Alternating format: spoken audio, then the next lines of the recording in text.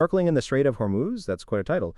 What does it have to do with regime change in Iran, the U.S., and Israel? It's a metaphor, I believe, for looking beneath the surface of a complex situation. The author is using market data to predict the outcomes of the 2026 war with Iran. Market data? So not just punditry and speculation? Exactly. The author is looking at prediction markets, gas prices, GDP growth, and voting intention data to cut through the noise.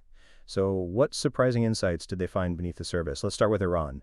The conventional wisdom was that the war would lead to regime change there. What does the data say? The author points out that the prediction markets initially bet heavily on regime change in Iran, around 60%, but after the initial attacks, that number dropped to 27%. So the war actually increased the perceived stability of the Iranian regime? That's counterintuitive. Precisely. The author suggests that the radical core of the Iranian leadership hasn't moved, and the wishful thinking in the West about a quick collapse hasn't materialized. What about the U.S.? How does the author define regime change in the American context? It's not about the collapse of the system, but a radical shift in political direction. The author argues that the war has polarized the American electorate. Because of the energy shock, cyber attacks, and downed aircraft, I imagine? Exactly. The author highlights the impact of rising gas prices on voting intentions, citing research that shows a strong correlation between TV coverage of gas prices and consumer sentiment. And gas prices are definitely up, according to the article. What's the connection to the midterm elections? The author suggests that these pressures could force a retreat from global interventionism, fundamentally altering the American role in the Middle East. And the data on the midterms? The data shows a significant shift, with Democrats having a higher chance of gaining a majority in the Senate and a very high probability of taking the House. Which would effectively stop the current administration's policies in their tracks, especially those pursued through executive orders. Finally, let's turn to Israel. What's the potential for regime change there? The author argues that Netanyahu's gamble on the war could backfire.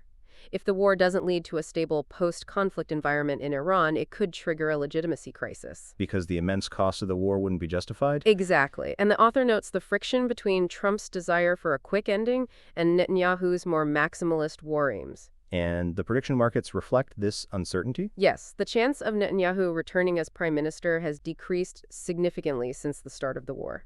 Let's dig a little deeper into this connection between gas prices and voting intentions. The article mentions a study analyzing TV transcripts. Yes, the study found that media coverage of gas prices ramps up significantly when prices go above $3.50 per gallon. And that coverage directly impacts how people intend to vote. The author argues that gasoline price is a key metric for voting intentions, even more so than other aspects of the economy.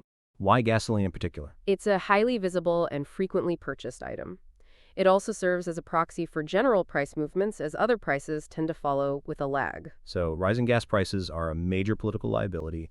The article also mentions GDP growth as an important metric. What's the outlook there? The author points to the Atlanta Fed's GDP Now forecast, which shows growth slowing down. And the war with Iran is exacerbating that trend? Precisely. The oil shock is expected to further slow down GDP growth, potentially leading to a recession. And a recession is a killer for re-election prospects. The article makes an interesting point about executive orders. How does that factor into the potential regime change in the U.S.? The author notes that the current administration has been relying heavily on executive orders. And if the Democrats take the House, those orders will be stopped in their tracks. Exactly. It would represent a significant shift in policy direction. Let's talk more about these prediction markets. How reliable are they as a forecasting tool? The author seems to place a lot of weight on them, using them as a basis for their analysis. Are they generally accurate? Prediction markets have a pretty good track record, especially when it comes to political events. They aggregate the wisdom of the crowd, reflecting the collective beliefs of a diverse group of participants. So they're more than just gambling. They're a form of real-time polling, providing valuable insights into the likely outcomes of events. The article mentions Netanyahu framing the war as the final removal of the head of the snake. What does that mean? It's a reference to Iran's support for regional proxies, such as Hezbollah and Hamas. Netanyahu's argument is that eliminating Iran's regime would cripple these groups and bring lasting security to Israel. But the author suggests that this strategy could backfire. If the war doesn't achieve its objectives, it could undermine Netanyahu's leadership and lead to a shift in Israeli governance. So the ironic conclusion is that the war intended to bring about regime change in Iran may actually lead to regime change in the U.S. and Israel. That's the author's argument based on the data. It's a